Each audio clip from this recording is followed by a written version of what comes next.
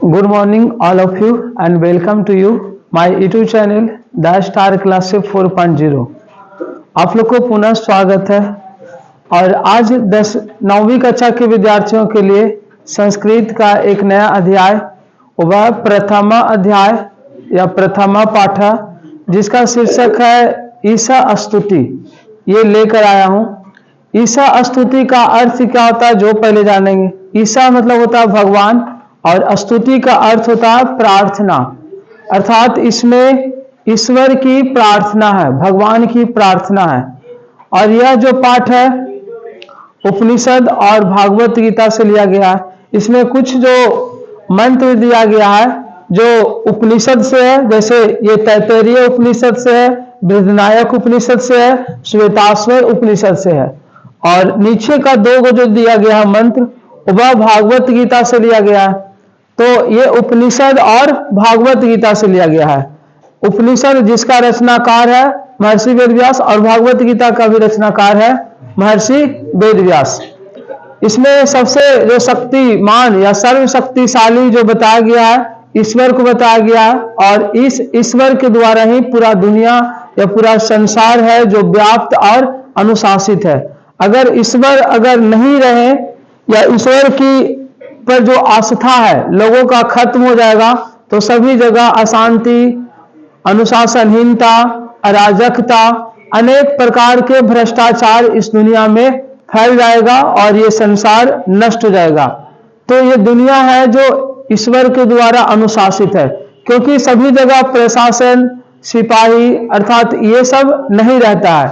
वहां डर किससे रहता है, तो वह ईश्वर से डर रहता है कि ईश्वर है जो प्रत्येक कण कण में वास करते हैं। तो आज हम इस परम शक्तिशाली ईश्वर के बारे में हम लोग स्तुति को इसमें पढ़ेंगे।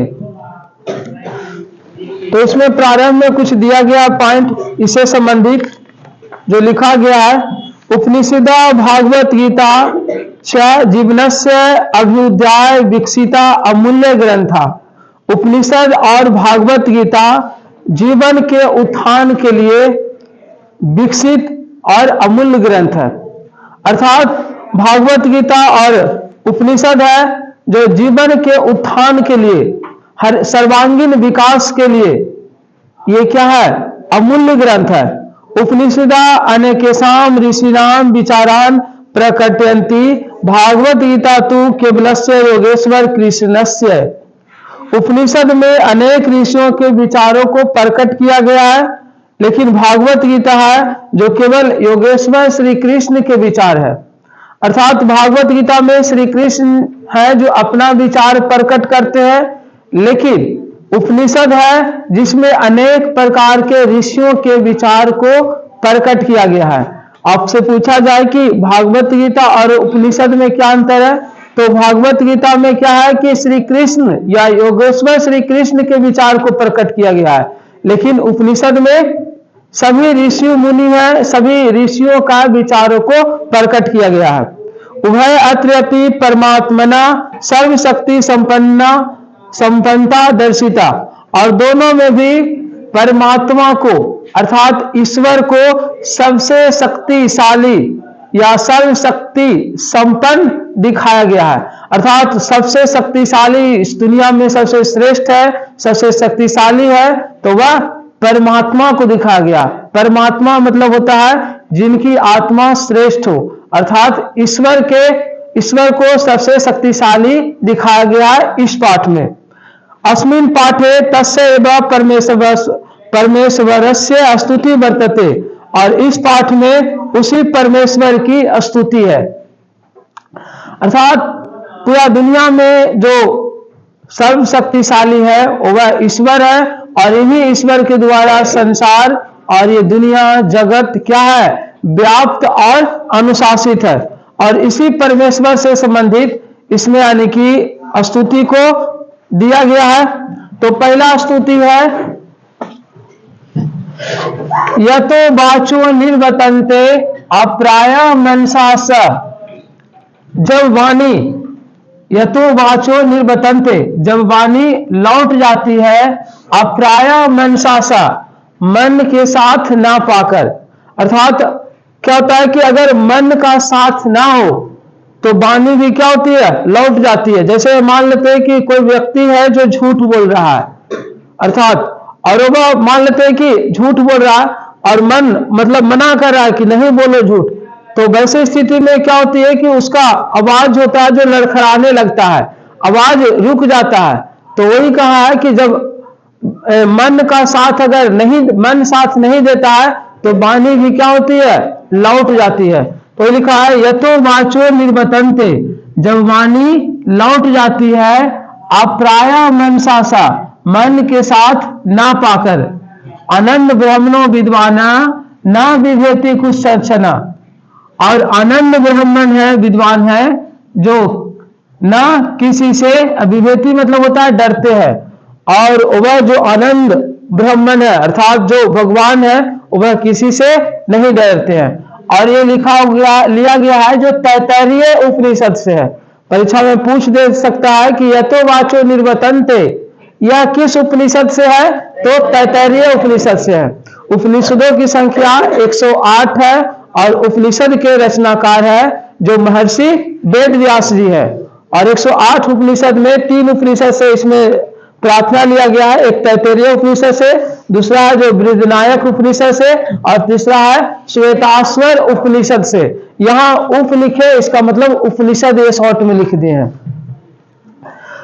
दूसरा है अस्तो मां सदगमय तमसो मां ज्योतिर्गमय अमृतोर्मा अमृतम गमय, अर्थात अस्तो मां सदगमय, यानी कि असत्य, मां मने ऐसे होता मत या नहीं, असत्य नहीं सदगमय, सत्य की ओर ले चलो, मतलब हमें असत्य से सत्य की ओर ले चलो।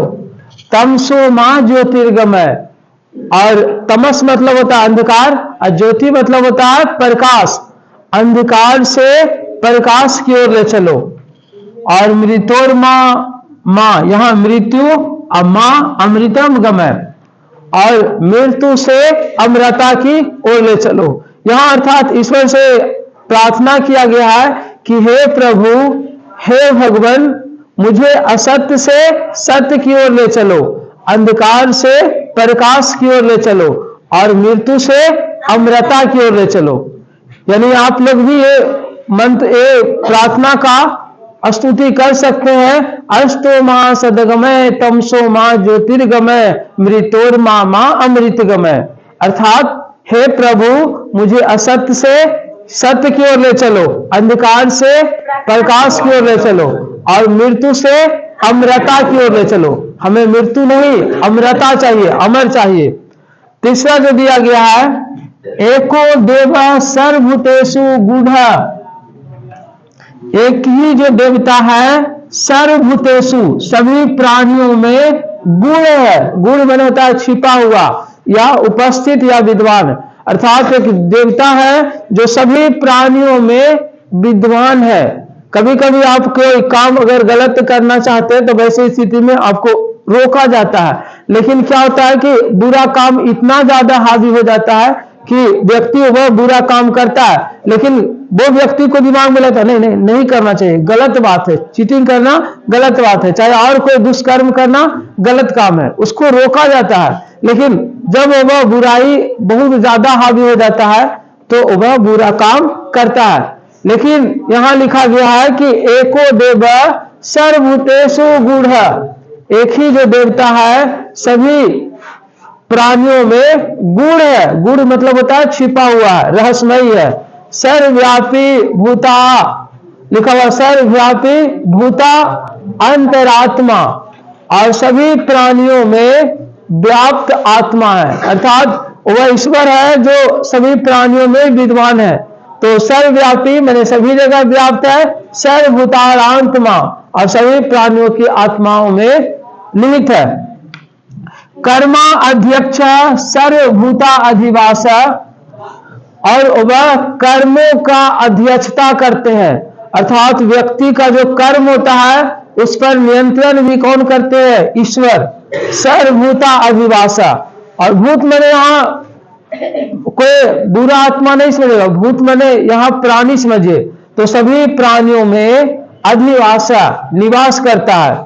साक्षी चेता केवलो निर्गुणस्य, और वही चेतना रूप और वह निर्गुण ईश्वर है जो एक तरह से साक्षी है। साक्षी में होता है गवाह के रूप में है। तो एक बार फिर से देख लेते हैं, एक ही देवता है जो सभी प्राणियों में गुण है, सभी जगह व्याप्त है, सर्वभूतारांत सर्वभूता अंतरात्मा और सभी प्राणियों के आत्मा में है।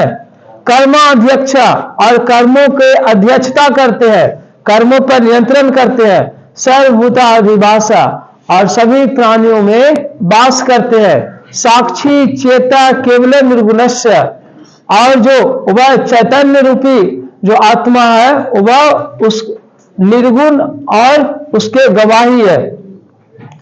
अगला जो ये लिखा गया है श्वेताश्वर उपनिषद से, और नीचे का जो दो यानी कि स्तुति है वह भागवत गीता से लिया गया है, और भागवत गीता में श्री कृष्ण के विचार को प्रकट किया गया, और भागवत गीता भी महर्षि वेदव्यास के द्वारा ही रचित है। लिखा गया है त्वम आदि देवा पुरुषा पुराना, त्वम आदि देवा पुरुषा पुराना, तुम ही आदि देव पुरुष और पुरातन हो। अर्थात जो प्राचीन काल से आदि काल से जो आ रहे हैं वह तुम ही हो। यानी आप भगवान को कहा गया है कि हे प्रभु तुम आदि देव पुरुषा पुराना, तुम आदि देव पुरुष और पुरातन हो, मतलब प्राचीन काल से ही हो, सबसे पुराना हो। त्वमस्य विश्वस्य परम निधानम, और तुम ही इस पूरा संसार के पूरे दुनिया के परम मन होता है सबसे बड़ा, और निधानम मन होता है श्रेष्ठ यानी कि स्थान। अर्थात तुम ही विश्व का सबसे श्रेष्ठ स्थान हो, सबसे श्रेष्ठ धाम हो। तो यहां त्वम आदि देवा पुरुषा पुराना, हे प्रभु तुम आदि देव पुरुष और पुरातन पुरुष हो। त्वमस्य विश्वस्य परम निधानम, और तुम ही विश्व का संसार का सबसे बड़ा धाम हो, तुमसे बड़ा कोई दूसरा धाम नहीं है। वेदासी वेद्यम च परम धाम, वेदों के जानने वाले, अर्थात वेदासी में होता है ज्ञाता और वेदम, और वेदों के ज्ञाता और सबसे बड़ा धाम हो। त्वया तत्वम विश्व अनंत रूपम, और तुम ही है जो, और तुम्हारे द्वारा ही ये विश्व है जो अनंत है, अनंत रूप, अर्थात इस विश्व में आपका अनंत रूप है, मतलब आप अनेक रूपों में इस विश्व में व्याप्त है।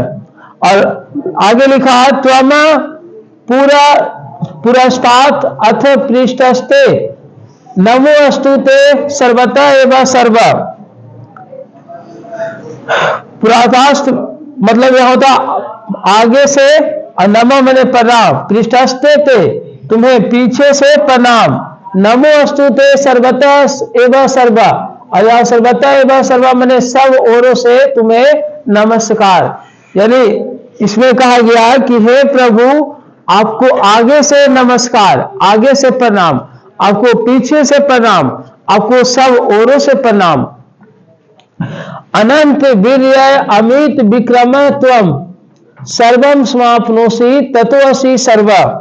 अनंत वीर्य अमित विक्रम, अर्थात अनंत शक्तिशाली माने पराक्रमी, सबसे बड़ा शक्तिशाली पराक्रमी हो तुम। सर्वम समाप्नोषि तत्वसि सर्व, और सभी आप में यानी कि सभी लोग आप में यानी कि समाहित होते हैं। यहां लास्ट वाला का जो अर्थ हो जाएगा अनंत वीर्य विक्रम त्वम का अर्थ होता है अनंत शक्तिशाली, जिसको बोलते हैं अनुपम पराक्रमी, यानी कि अनुपम पराक्रमी। त्वम माने तुम, यानी कि आप है जो अनंत शक्तिशाली है या अनुपम पराक्रमी है। सर्वम समाप्नोषि तत्वसि सर्व, और समाप्नोषि का अर्थ होता है अपने में विलीन करते हो, तुम सभी को अपने में विलीन करते हो। अर्थात इसमें सर्वशक्तिशाली परम पुरुष परमेश्वर के यानी कि गुण का गाथा गया है, गुण को गाया गया है कि ये जो पूरा दुनिया है, पूरा संसार है, जो ईश्वर के द्वारा व्याप्त है। ये पूरा दुनिया में जो सबसे शक्तिशाली है वह कौन है? ईश्वर ही है। और इन्हीं ईश्वर के द्वारा यानी कि पूरा संसार व्याप्त और अनुशासित है। जिस दिन लोगों को भरोसा यानी कि ईश्वर पर से आस्था है जो खत्म हो जाएगा, वो पूरा दुनिया तहस नहस हो जाएगा। तो इस चैप्टर में हम लोग ईश्वर की स्तुति पढ़ना था। इसमें हम लोग ये ईशा स्तुति पाठ में 5 यानी कि जो मंत्र कहो या प्रार्थना कहो, जो 3 गो जो मंत्र है, प्रथम वह कहां से लिया गया था? उपनिषद से लिया गया था। तैत्तिरीय उपनिषद, बृहदारण्यक उपनिषद और श्वेताश्वर उपनिषद। और लास्ट के जो 2 यानी कि स्तुति दिया गया है वह भागवत गीता से लिया गया है। और उपनिषद में बता चुके हैं कि किसके विचारों को प्रकट किया गया है। तो उपनिषद में ऋषियों के, सभी ऋषियों के विचारों को प्रकट किया गया है, लेकिन भागवत गीता में योगेश्वर श्री कृष्ण के विचार प्रकट किया गया। तो आपको शायद अच्छे ढंग से समझ में आ गया होगा कि इसमें क्या है जो। और इस तरह के अगले यानी कि चैप्टर में देखेंगे लोभा विष्टा चक्रवर्ती। और तब तक के लिए आप लोग इंतजार करिए। Thank you so much watching this video.